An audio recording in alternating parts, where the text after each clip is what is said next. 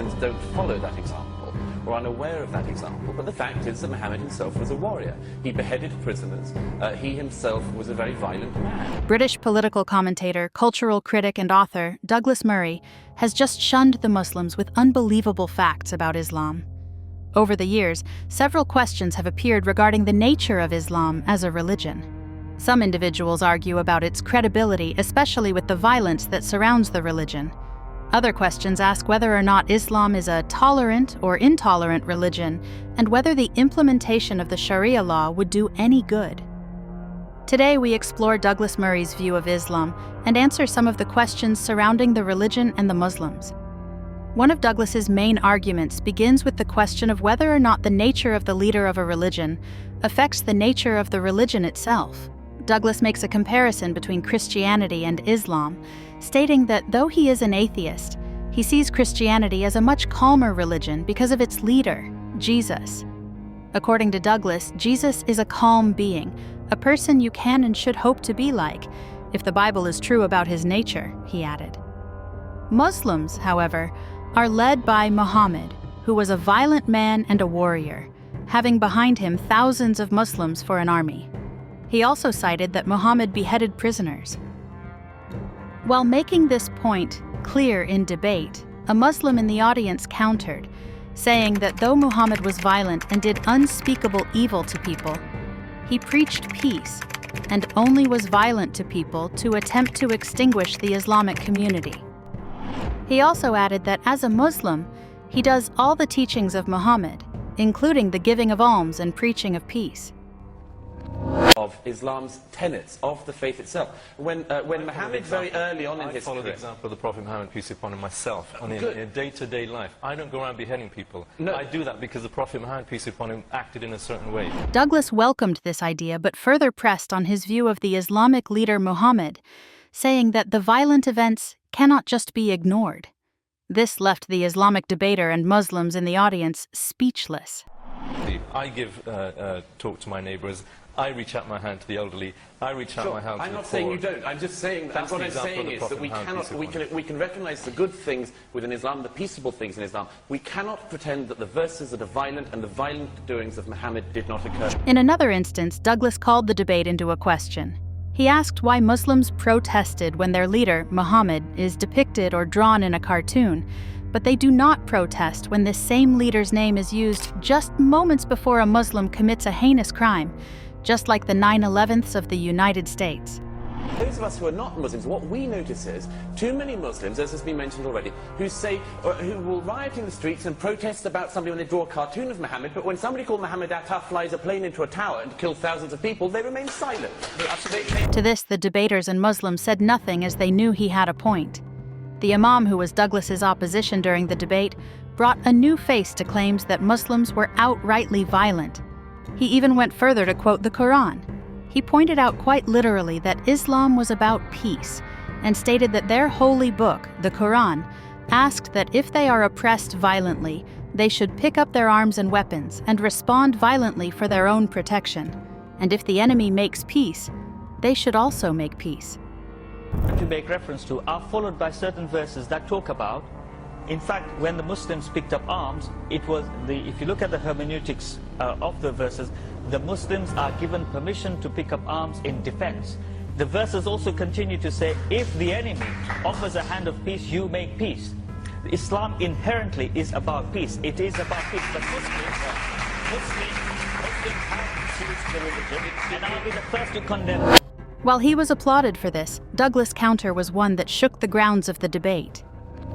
To say Islam is a religion of peace is as ridiculous as saying it is a religion of violence. Neither is true. It is a convoluted... But you just said it is a religion of violence. There is violence within it, and there is some peaceful statements within it. But the question comes back again to why Muslims cannot get through the stage that Christianity and Judaism went through and say, if it says slay the infidel wherever you find him, we don't... It's not just that we won't do it, which is why most Muslims, as you say, are entirely peaceable. They don't follow the scriptures' injunction in its place. It's that they say, not only are we not going to do that, but it would be wrong if we were to, and that verse must go. We must drop that we verse. already have that system. We already have. This is the reason why. This is the reason why. This is the reason why we still do not have a mainstream school of Islam in the world that will drop the verses which permit the murder of those who leave Islam. As he emphasized, let's critically follow his first point of defense here.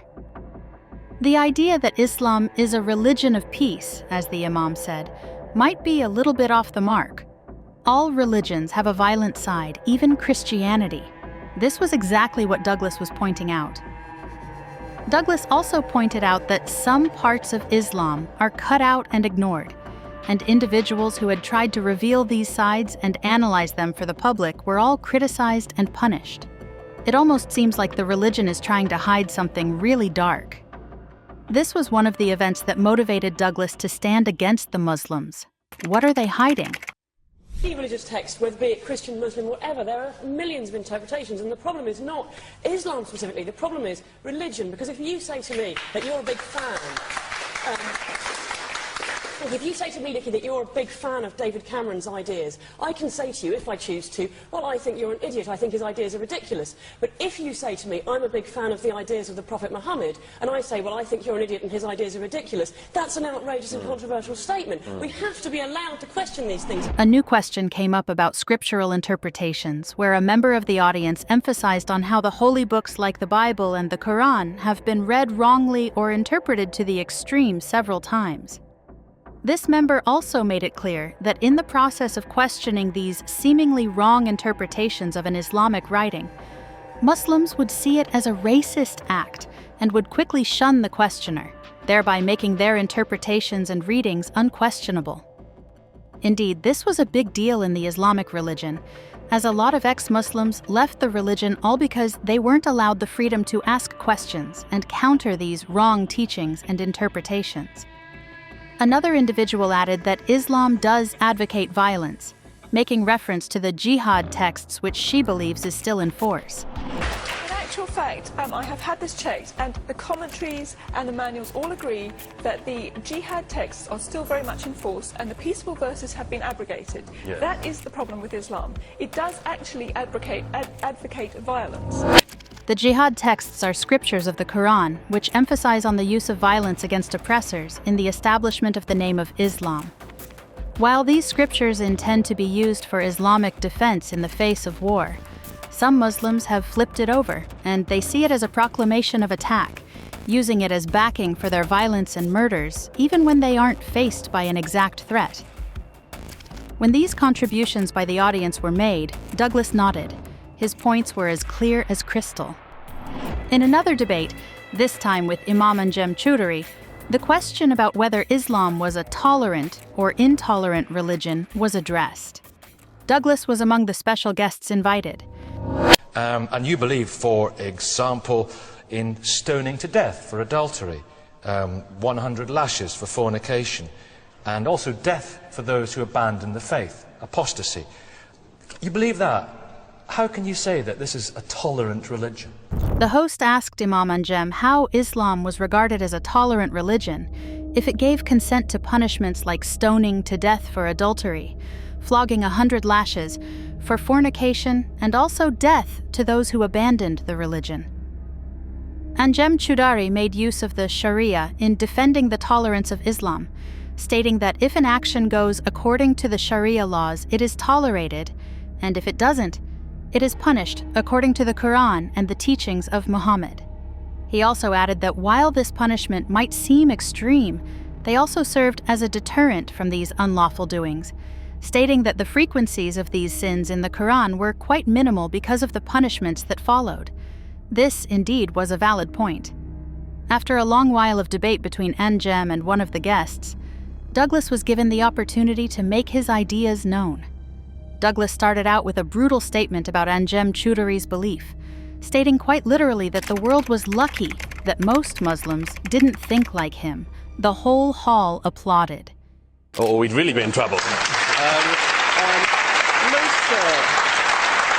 I mean, and most Muslims, both in Britain and across the world, are law-abiding, decent people for whom their faith is an important part of their lives. However, there is an awkward thing about Islam, which is that Islam's religion, its founder, was a more violent man than, for instance, the founder of Christianity. I'd give you an example. I mean, if Christ, I'm not a Christian, but I have no truck in this thing, but if Christ had been a warrior, had killed people he captured, Christianity's history would be even more violent than it has been. I'd give you one other example. When a woman is brought in adultery to Jesus, he says, he who's without sin casts the first stone. When Muhammad has a woman brought in, he orders her to be stoned. This would be a very different outcome. Now, fortunately, as I say, there's no doubt about this, about the nature of Muhammad as a beginner of a religion. There's no doubt about that, but there is also no doubt about the fact, as I say, that most Muslims don't behave in that way.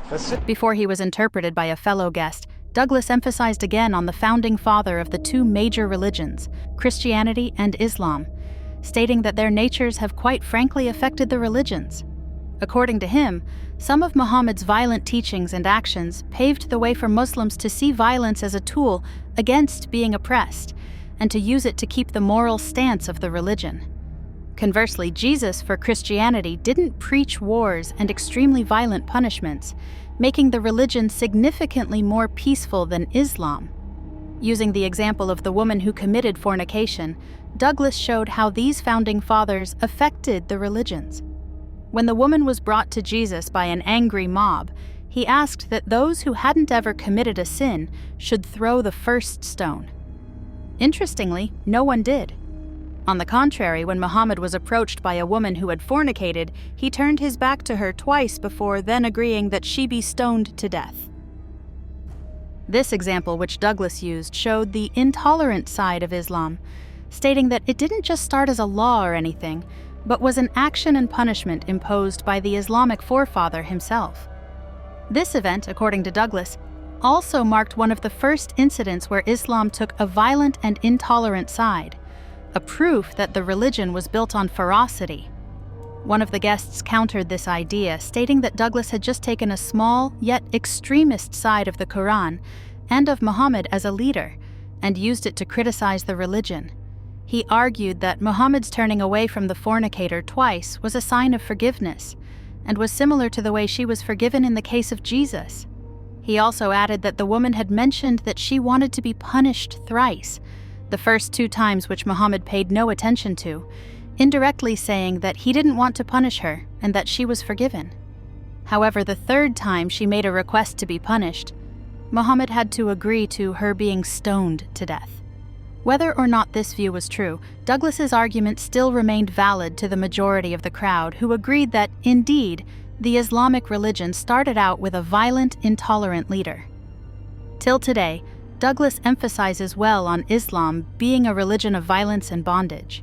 He has gone on several news channels, debates, and symposia to question the nature, motives, and teachings of the religion, arguing that the religion is more about its brutality than it is about peace. We've come to the end of this video today. Do you think Douglas is right with his view of Muslims and their religion? Or do you feel his perspective is biased and is based only on violent excerpts taken out from the religious teachings of the Quran?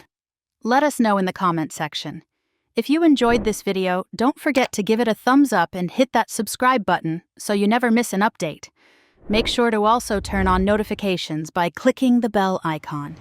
Thanks for watching, and stay tuned for more exciting videos coming your way.